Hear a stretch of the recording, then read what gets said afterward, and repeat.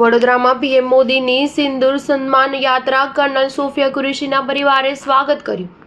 Operation સિંદૂર પછી વડાપ્રધાન નરેન્દ્ર મોદી ગુજરાતની 2 દિવસીય મુલાકાતે છે. ઓપરેશન સિંદૂર બાદ પીએમ મોદી પહેલીવાર ગુજરાતની મુલાકાતે આવ્યા છે. ત્યારે આજે સવારે વડોદરા એરપોર્ટથી મિલન પાર્ટી પ્લોટ સુધી સિંદૂર યાત્રા કાઢવામાં આવી રહી છે.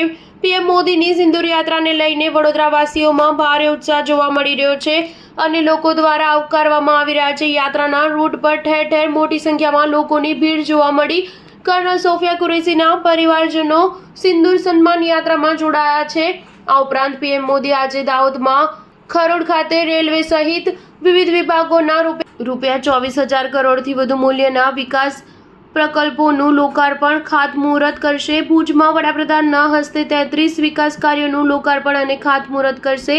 ત્યારબાદ સાંજે અમદાવાદમાં રોડ શોનું આયોજન કરવામાં આવ્યું છે. જ્યારે 27મી મે ગાંધીનગર સ્થિત મહાત્મા મંદિરમાં આયોજિત વિશેષ કાર્યક્રમમાં હાજરી આપી રૂપિયા 5,536 કરોડના પ્રોજેક્ટ્સનું લોકાર્પણ અને ખાતમુહૂર્ત કરશે. આ ઉપરાંત ગાંધીધામમાં સેન્ટર આલ્ફ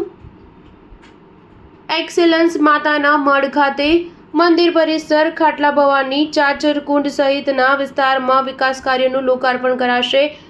ખાવડા નવનિર્મિત રિન્યુએબલ એનર્જી ઝોનમાંથી ટ્રાન્સમિશન સિસ્ટમ, ગાંધીધામ શહેરમાં વાવાઝોડા પ્રતિરોધક અંડરગ્રાઉન્ડ વીજ વિતરણ નેટવર્ક, ભુજથી નખત્રાણા સુધી land high speed corridor, green hydrogen ઉત્પાદન સુવિધાનું નિર્માણ, કંડલામાં 3 રોડ ઓવરબ્રિજનું નિર્માણ, ધોળાવીરા ખાતે પ્રવાસન ઇન્ફ્રાસ્ટ્રક્ચર નિર્માણનો સમાવેશ થાય છે. 27 મીના રોજ ગાંધીનગરના મહાત્મા મંદિર ખાતે પ્રધાનમંત્રી આવાસ યોજના હેઠળ તૈયાર થયેલા 22,000થી વધુ રહેણાંક એકમોનું લોકાર્પણ કરાશે.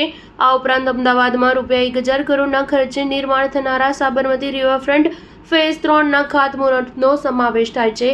ગાંધીનગરમાં UN Mehta institute of cardiology and research સેન્ટરનું લોકાર્પણ કરાશે. તો અમદાવાદમાં ઓપીડી સાથે 18,000 બેડ ધરાવતા આઈપીડી, જેમાં ચેપી રોગ માટે 500 બેડની સુવિધાનું નિર્માણ થઈ રહ્યું છે, જેનું પણ સિવિલ પરિસરમાં વડાપ્રધાન ખાતમુહૂર્ત કરશે. સ્ટાર ન્યૂઝ 7 હંમેશા સચ્ચાઈની સાથે.